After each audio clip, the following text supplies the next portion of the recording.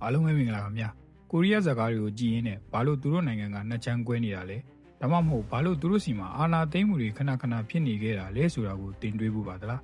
းကိုရီးယားသမိုင်းဟာ K-pop နဲ့ K-drama တွေလိုအမြဲတမ်းတော့မလှပခဲ့ပါဘူးဒီနေ့ဗီဒီယိုမှာတော့ဂျပန်နေထွက်သွားတဲ့1945ခုနှစ်ကနေဒီမိုကရေစီအောင်ပွဲရခဲ့တဲ့1989ခုနှစ်အထိတောင်ကိုရီးယားနိုင်ငံရဲ့သွေးနဲ့ရေးခဲ့တဲ့သမိုင်းကြောင်းကိုစပိုင်လာမှာပါပဲရုပ်ရှင်ဇာတ်ကား6ကားနဲ့အတူတိုင်းလိုက်လိုက်တင်ဆက်ပေးသွားမှာပါ1945ခုနှစ်ဒုတိယကမ္ဘာစစ်ကြီးပြီးဆုံးချိန်မှာကိုရီးယားလူမျိုးတွေအတွက်နှစ်ပေါင်း35နှစ်ကြာဂျပန်ကျွန်းဘဝကနေလွတ်မြောက်ခဲ့တဲ့ပျော်ရွှင်မှုဟာခဏတာပဲဖြစ်ခဲ့ပါတယ်။ဂျပန်နေလက်နက်ချပြီးထွက်ခွာသွားချိန်မှာကိုရီးယားကျွန်းဆွယ်ဟာအင်အားကြီးနိုင်ငံတွေရဲ့နေရုပ်ဖြစ်လာခဲ့ပါတော့တယ်။စစ်နိုင်ခဲ့တဲ့အမေရိကန်နဲ့ဆိုဗီယက်ယူနီယံတို့ဟာကိုရီးယားမှာဂျပန်တပ်တွေလက်နက်ချတာကိုလက်ခံဖို့အတွက်နေမြေခွဲဝေခဲ့ကြပါတယ်။အမေရိကန်ကတောင်ဘက်ပိုင်းကိုယူပြီးဆိုဗီယက်ကမြောက်ဘက်ပိုင်းကိုယူခဲ့ပါတယ်။အဲ့ဒီအချိန်မှာအမေရိကန်စစ်ဗိုလ်ချုပ်နှစ်ယောက်ဟာမြေပုံတစ်ခုကိုချပြီး38ဒီဂရီမြင့်မြန်ကိုဗဟိုပြုတာစီးတားလိုက်တာဟာယနေ့တိုင်မဖြေရှင်းနိုင်သေးတဲ့ကိုရီးယားနိုင်ငံကွဲပြားမှုရဲ့အစပဲဖြစ်ပါတယ်။ဒီလိုတောင်နဲ့မြောက်ကွဲသွားပြီးတဲ့နောက်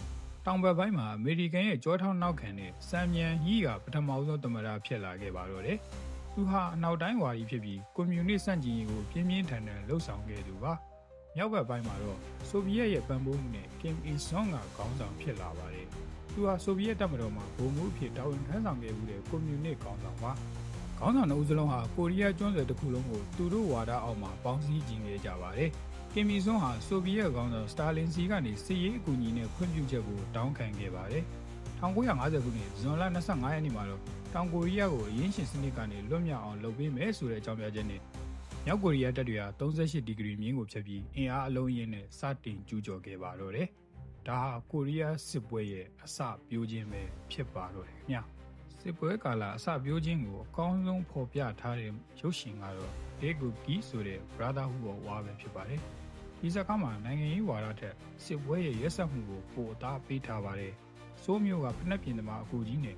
စာတော်တဲ့ညီငယ်လေးတို့ဟာစစ်ထဲကိုအတင်းအဓမ္မခေါ်ဆောင်ခံခဲ့ရပါတယ်။စစ်မြေပြင်ရဲ့ကြမ်းတမ်းမှုတွေကလူတစ်ယောက်ရဲ့စိတ်ဓာတ်ကိုဘယ်လိုပြောင်းလဲပြနိုင်တယ်လဲ။ညီကိုရင်းတွေတောင်ရန်သူတွေလိုဘယ်လိုရင်ဆိုင်ခဲ့ရတယ်လဲဆိုတာကိုတွေ့ရမှာပါ။1953ခုနှစ်မှာစစ်ခေတ်ရန်နာခဲ့ပေမဲ့ငြိမ်းချမ်းရေးစာချုပ်မချုပ်ဆိုနိုင်ခဲ့ပဲစစ်မဲ့ဇုံနဲ့ကိုရီးယားနိုင်ငံဟာတရားဝင်ကွဲသွားခဲ့ပါတော့တယ်။စစ်ပွဲပြီးသွားပေမဲ့ကိုရီးယားနိုင်ငံကြားမှာအမုန်းတရားနဲ့တန်တရားတွေကအမြဲရှိနေပါတယ်။ Joint Security Area GSA ဇာတ်ကားကတော့ပန်မွန်ဂျွန်းလို့ခေါ်တဲ့နေဆက်မြင်းပေါ်ကတင်းမာမှုကိုရိုက်ပြထားတာပါ။နိုင်ငံရေးအရရန်သူဖြစ်နေပေမဲ့နေဆက်ဆောင်စစ်သားချင်းချင်းကြားမှာဖြစ်ပေါ်လာတဲ့တားမြစ်ထားတဲ့ခင်မင်မှုဟာစနစ်တစ်ခုကြောင့်ဘယ်လိုပေါက်ကွဲပျက်စီးသွားရတယ်လဲဆိုတာကိုစုံတောက်ဆန်ဆန်ဇက်အိမ်နဲ့တင်ပြထားပါတယ်။ဒီကားကကိုရီးယားကျွန်းဆွယ်ရဲ့လက်ရှိအခြေအနေကိုအရှိအတိုင်းပြသနိုင်တဲ့ဇာတ်ကားလို့သတ်မှတ်ကြပါတယ်။1960ကနေ1989အထိတောင်ကိုရီးယားကိုပတ်ချောင်ဟီဆိုတဲ့သမ္မတကအုပ်ချုပ်ခဲ့ပါတယ်။သူဟာစီးပွားရေးကိုအမခန်းတိုးတက်အောင်လုပ်နိုင်ခဲ့လို့ဟန်မြေဝမ်ကအံ့ဘွဲလို့ခေါ်ကြပေမဲ့လက်တွေ့မှာတော့သူဟာပြိုင်ဘက်တွေကိုနှိမ်နင်းတဲ့အာဏာရှင်တဦးပါ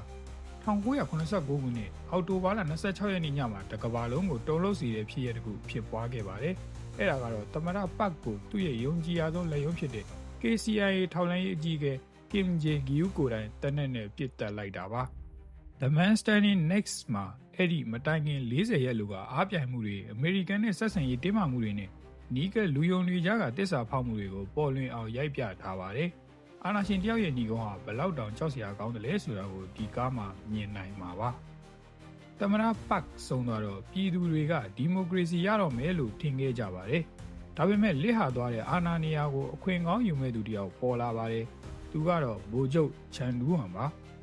1989ဒီဇင်ဘာ12ရက်နေ့မှာသူဟာစစ်တပ်အတွင်းကအုပ်စုငယ်တစ်ခုကိုစုစည်းပြီးစစ်အာဏာသိမ်းမှုကိုလှုပ်ဆောင်ခဲ့ပါတယ်။ 12 the day ဟာအဲ့ဒီညကဖြစ်ပျက်ခဲ့တဲ့9နာရီကြာတင်းမာမှုကိုရင်တမမနဲ့ရိုက်ကူးထားတာပါ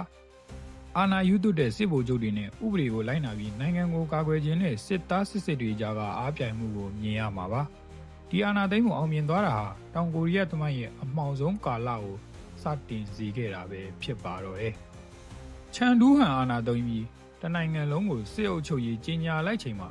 ဂွမ်ဂျူးမြို့ကပြည်သူတွေရဲ့ចောင်းသားတွေကလမ်းပေါ်ထွက်ကန့်ကွက်ခဲ့ကြပါတယ်။1980မေလမှာစစ်တပ်ကဂွမ်ဂျူးမြို့ကိုဝိုင်းထားပြီးအရက်သားတွေကိုရဲရဲဆက်ဆက်ပစ်ခတ်နှိမ်နင်းခဲ့ပါတယ်။ အတက်စီဒရိုင်ဘာကတော့ဒီဖြစ်ရမှန်ကိုစိုးမျိုးကတက္ကစီဆရာတယောက်နဲ့ဂျာမန်သတင်းထောက်တယောက်ရဲ့အမြင်နဲ့တင်ပြထားတာပါဆိုရကသတင်းတွေကိုပိတ်ပင်ထားလို့တနိုင်ငံလုံးကဂွမ်ဂျူးမှာဘာဖြစ်နေလဲမသိကြပါဘူးဒီကားမှာအပြစ်မဲ့ပြည်သူတွေရဲ့တေးဆုံးမှုမိဘတွေရဲ့ငိုကြွေးတဲ့သတင်းမှန်ကိုကဘာကသိအောင်အသက်ဆွန့်ခဲ့ကြသူတွေအကြောင်းကိုစိတ်မကောင်းစရာတွေ့ရပါလိမ့်မယ်ဂွမ်ဂျူးရေးခင်းကိုနှိမ်နှင်းပြီးတဲ့နောက်ချန်ဒူးဟန်ဟာ9နှစ်ကြာသမ္မတအဖြစ်အုပ်ချုပ်ခဲ့ပါတယ်ဒါပေမဲ့1989ခုနှစ်မှာတော့ခြေနေတွေပြောင်းလဲသွားပါတယ်ဆိုးလ်အမျိုးသားတက္ကသိုလ်ကကျောင်းသားတစ်ယောက်ဖြစ်တဲ့ပတ်ဂျွန်ချောလ်ကိုရဲတပ်ဖွဲ့ကဖမ်းဆီးစစ်ဆေးရင်ရေနစ်နှိပ်စက်လို့တေဆုံးသွားခဲ့ပါတယ်ဆိုရကဇပွဲကိုဒုံးကနေရိုက်လိုက်လို့လန့်ပြီးနှလုံးရက်သေးတာဆိုပြီးသတင်းမှထုတ်ပြန်ခဲ့ပါတယ်ဒါပေမဲ့အမှန်တရားကိုသိတဲ့သတင်းထောက်တွေရှေ့နေတွေထောင်ဝင်နှန်းတွေနဲ့ကျောင်းသားတွေကအသက်ဘေးကိုဂရုမစိုက်ပဲအမှန်တရားကိုဖော်ထုတ်ခဲ့ကြပါတယ်